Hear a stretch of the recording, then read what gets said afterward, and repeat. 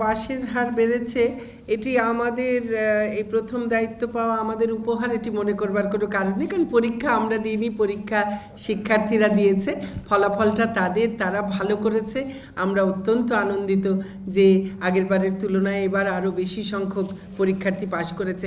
আমরা কি চাই? আমরা তো চাই সব শিক্ষার্থী পাশ করবে, তাই না?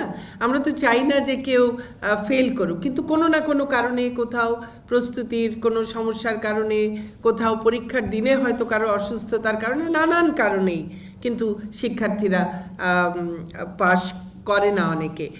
তো পরীক্ষার এই পাশের হার বৃদ্ধি পেয়েছে, এতে আমাদের কোনো মন্ত্রীদের কোনো ব্যক্তিগত কোনো ধরনের কৃতিত্বের ব্যাপার নেই।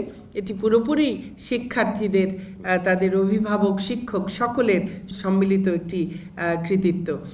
বিভিন্ন বোর্ডে পাশের হারে তারতম্য থাকেই, কোথাও কোথাও বেড়েছে, কোথাও কবে, এটিও সবসময়ই হয়, কোথাও কোনো শিথিলতা ছিল না।